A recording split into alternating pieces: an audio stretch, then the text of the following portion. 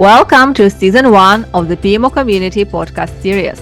I'm Aina Alive, and I'm thrilled to guide you through another thought-provoking conversation as a part of our book writing challenge, which focuses on PMO evolution and a rise of a new role, a Chief Project Officer.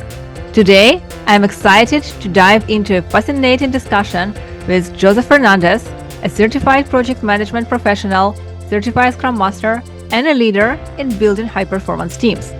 With a background in human resources management, effective communication, and strong leadership, Joe has a proven track record in helping organizations achieve project success. In this episode, we will cover how to create psychological safety within teams, especially when faced with resistance. We will move on to talk about the importance of spirit and synergy in team dynamics and how to cultivate them. Then we will talk about balancing collaboration and accountability while driving team performance.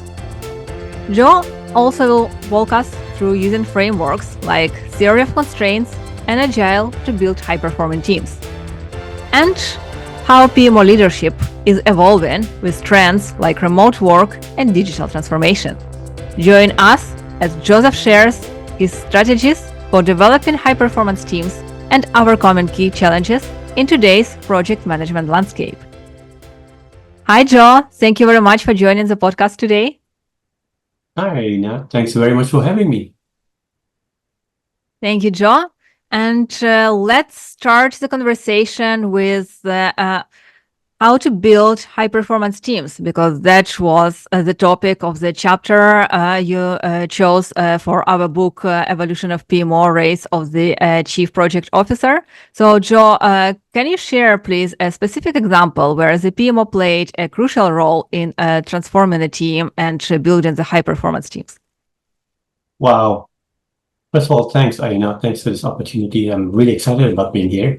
High performance teams is such a subject, such a huge topic. And I've been leading teams ever since I was in high school, leading a soccer team. And since then, I think I've grown a lot. But I think that I want to start off by saying that there is an aspect to transforming a team that needs to be defined. I think that it means that you take a group of people who may have only a mission to accomplish something to a team that performs highly. And it's not an easy thing to do. And it doesn't happen overnight, that's for sure.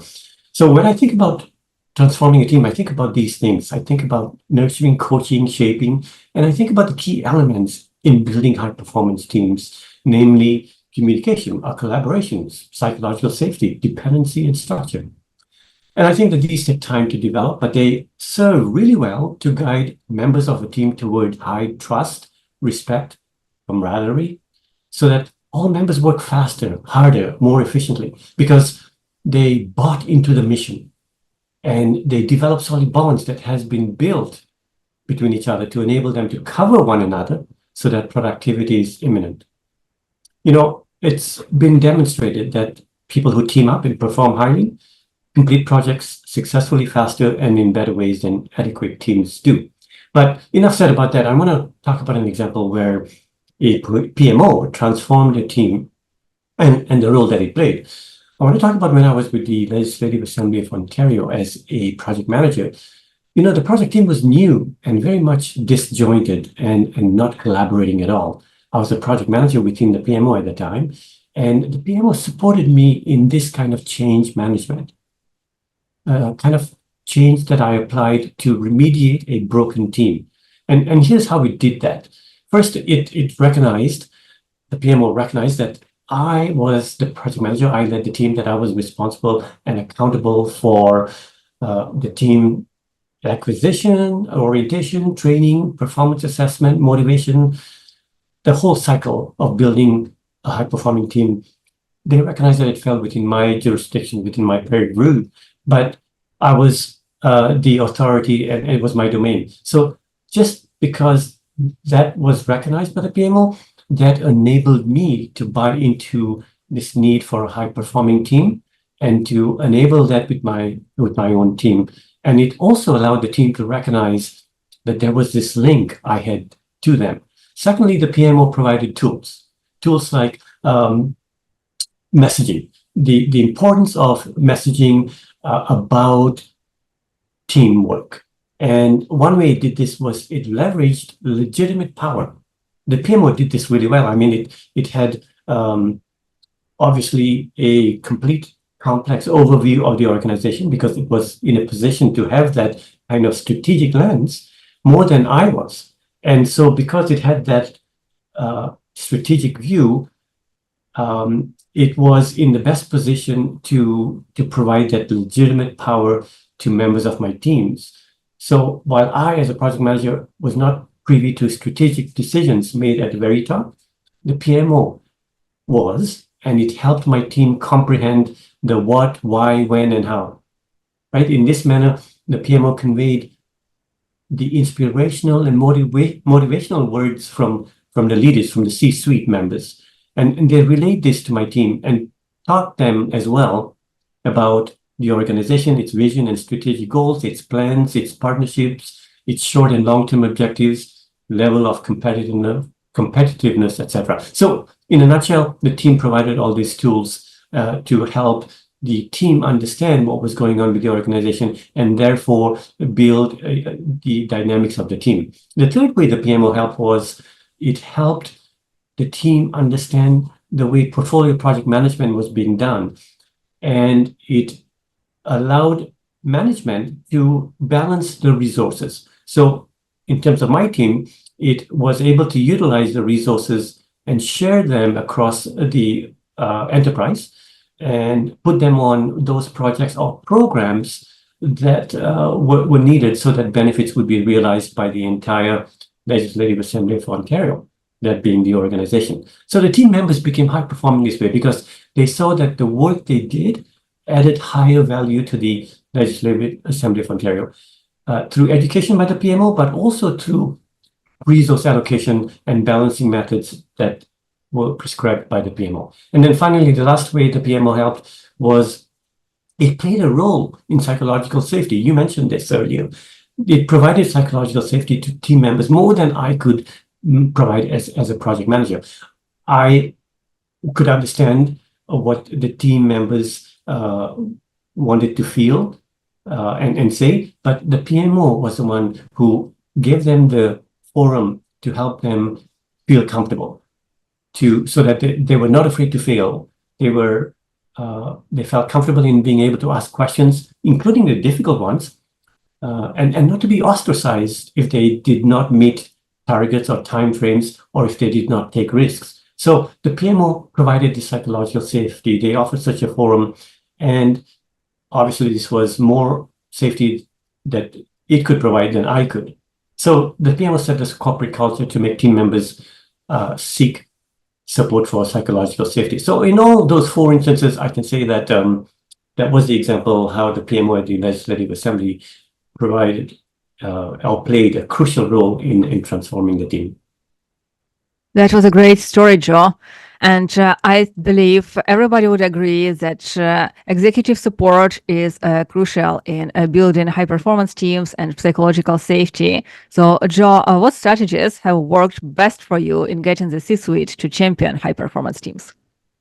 Yeah, that's been quite a challenge. I think that it's important for the C-suite to feel that the vision that they set, the mission that they provide for the rest of the organization to follow is being looked at. And I think that in terms of aligning the teamwork to organizational goals is important. So for me, that strategy of making sure that the C-suite understood that what the team was doing and what its deliverables and achievements were completely aligned to organizational goals.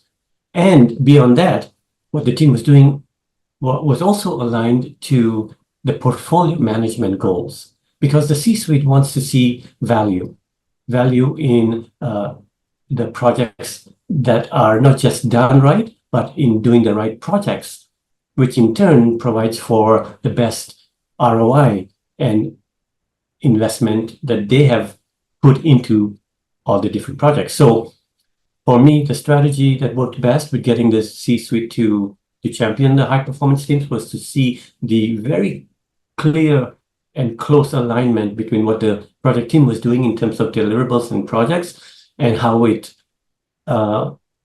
was suitable for the organizational goals of the organization. And I think also that in terms of championing high performance teams, enabling the C-suite to talk about their experiences. And this is crucial because if it is anyone in an organization that has the experience of leading teams, the experience of conducting business, it would be the members of the C-suite. And so getting them to talk about their experiences to teams will champion those teams and enable them to become high performing. And Joe, my next question is going to be probably my favorite one because in the PMO community, we work with volunteers only. So, Joe, I'm excited to hear how does the process of building a high-performance team differ when we're working with volunteer teams versus corporate teams? Well, this is a question close to my heart, because I've been working with volunteers for over a decade now. And a lot of people will say the main difference is that with volunteers, you cannot set goals for them to follow in a structured manner, in that their priorities are more important to them. And if they are not able to follow deadlines, follow particular tasks or activities and complete them within timeframes and within scope, then your only recourse as a good leader is to consult with them, is to communicate with them, is to understand how, as volunteers, they are preoccupied with other priorities. And it's about being sympathetic, but also being empathetic. And I think when it comes to volunteers, you have to demonstrate a lot more of that than with a corporate team. So the expectations, I think, are going to be quite different. But I think that in the end, the same sort of treatment of teams applies in the way you treat the volunteers as teams and in the way you treat your corporate teams.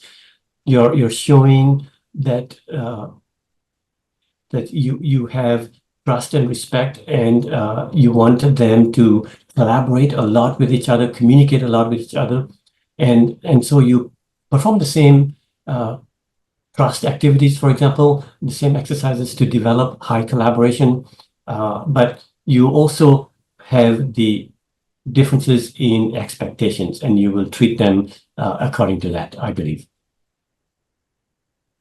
I am in total align with that. And Joe, my next question will be about theory of constraints and also agile methodologies in team building. So can you explain how these frameworks complement each other in driving team performance? Wow, Agile, what a topic. I can talk about how they drive team performance and how they complement each other. As far as I have experienced Agile teams, I know that when we talk about team development, the importance of individuals and interactions are really encouraged or stressed. Importance of individuals and interactions over processes and tools. So I think in Agile, this allows the teams to flourish, because Agile, in placing importance of individuals and interactions over processes and tools, means that it optimizes the flow of value. The flow of value. To me, that's all about collaboration, because when teams are taught the importance of optimizing this particular activity, there are benefits, apparent benefits. They're more likely to collaborate more, finish valuable work faster, and waste much less time because they don't have to multitask and to have to reestablish context. So agile teams, I think, provide for a lot more collaboration. But I think with the theory of constraints, from what I understand, it's really about trying to identify and remove constraints that limit throughput, right? It's a management approach. It's a management approach that considers that at any given time, an organization is limited from achieving its highest goal by a single constraints. So, for example, in healthcare, if you add more beds to a hospital, it won't likely improve quality of care if the real problem is somewhere else. If the problem is a bottleneck in emergency, no matter how many beds you add to the hospital, it's not going to improve quality of care. So we need to look at how the organization can be limited from achieving its highest goal by a single constraint. I think when it comes to teamwork, and in the frameworks complement each other in driving team performance, because with Agile, as we said before, we're talking about optimizing the flow of value. With the theory of constraints, we're talking about looking at the constraints that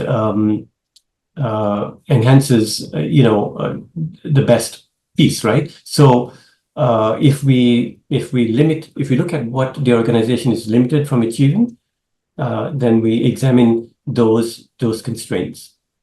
And I think that when it comes to teamwork, there's a significant amount of time and resources to identify when we talk about TOC, the theory of constraints. And we have to look at more closely at working on those constraints, assuming there's one constraint at a time. So both complement each other in driving team performance, although I've had more experience in Agile driving the team performance, I would say. Thanks, Joe. As also Agile practitioner during my last 10 years, I've been practicing different Agile methodologies. I can align with what you just said, and also agree that theory of constraints and Agile methodologies complement each other. And if you're familiar with both, please don't hesitate and just take the best from each and build your high-performing teams. But Joe, for you, I have my last question of today, which is how do you see the role of PMO leaders evolving with trends like remote work and digital transformation? And what does this mean for building high-performing teams? Another good question. Thanks for asking me that. I think that as we have experienced so many different changes over time, whether it's disruptive technologies, whether it's the economy changing, and things happening such as COVID, we have to have a paradigm shift in the way we think. And what that means is that PMO leaders have to consider the value of people and their work. And there are trends we are obviously seeing out there in the city, for example, where there's a lot of hybrid models happening, where people are only working 2-3 times a week at the most, and the rest of the time through home. So it's acknowledging that is the situation. It's acknowledging that it's a trend, and acknowledging that technology is playing a huge role in digital transformation. And nowadays with AI helping, we're seeing a lot more applications of AI and digital transformation to allow for teams to develop a different way of becoming high performing.